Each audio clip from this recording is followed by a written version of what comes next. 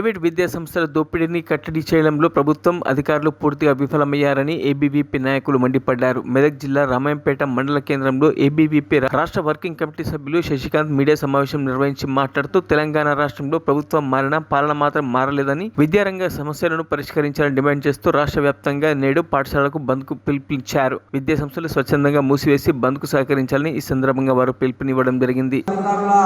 నిర్ణయాలు మారలేవు, వారి యొక్క తీరు మారలేదు, విద్యారంగంపై వారు చూపిస్తున్నటువంటి నిర్లక్ష్యం కూడా ఆ రకంగానే ఉందని చెప్పేసి ఏబీవీపీ వాళ్ళకి తెలియజేస్తాం.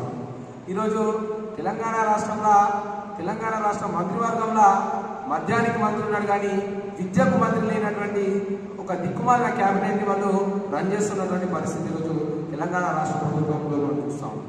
ఈరోజు ప్రైవేటు పాఠశాలలో అత్యధికంగా ఫీజులు వసూలు చేస్తూ ఫీజు స్ట్రక్చర్ను మెయింటైన్ చేయకుండా వాళ్ళ ఇష్టానుసారంగా ఫీజులు వసూలు చేస్తున్నప్పుడు ఈ యొక్క విద్యాధికారులు దున్నపోతుగా వర్షం పడ్డట్టు వ్యవహరిస్తున్నటువంటి పరిస్థితులు కనిపిస్తాం.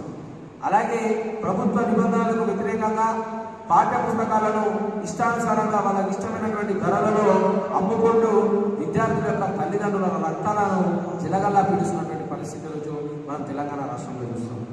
అలాగే ఈరోజు ప్రభుత్వ పాఠశాలల పరిస్థితులు చూసుకుంటా ఉంటే స్కావెంజర్లు లేరు. వేలాది మంది విద్యార్థులకు, వందల మంది విద్యార్థులకు మనకు ఒకటే టాలెంట్తో నడుస్తున్నటువంటి పాఠశాలలు చాలా ఉన్నాయి.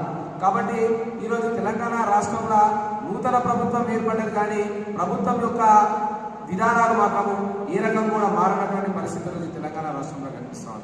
కాబట్టి తెలంగాణ రాష్ట్రంలో ఉన్నటువంటి సమాజం గుర్తించాల్సినటువంటి అవసరం ఉన్నది. విద్యారంగం పైన ఈ యొక్క తెలంగాణ రాష్ట్ర ప్రభుత్వము ఏ రకంగానైతే నిర్లక్ష్యాన్ని చూపిస్తున్నదో దీన్ని మనం అందరం గ్రహించాల్సినటువంటి అవసరం ఉన్నది. కొత్తగా ఏర్పడినటువంటి ప్రభుత్వం విద్యారంగం గురించి పునరాలోచన చేసి విద్యారంగం యొక్క శ్రేయస్సు కోసము పాటుపడాలని చెప్పేసి ఏబీవీపీ వారికి డిమాండ్ చేస్తూ ఉంది.